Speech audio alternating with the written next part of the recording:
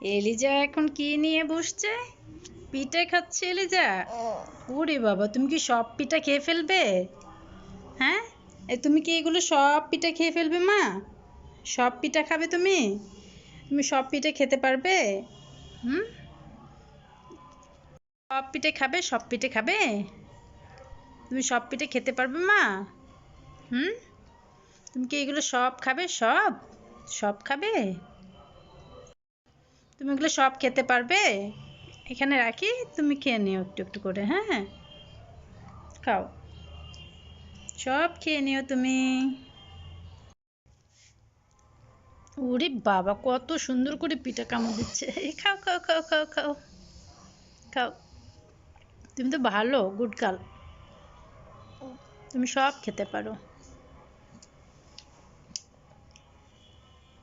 Good.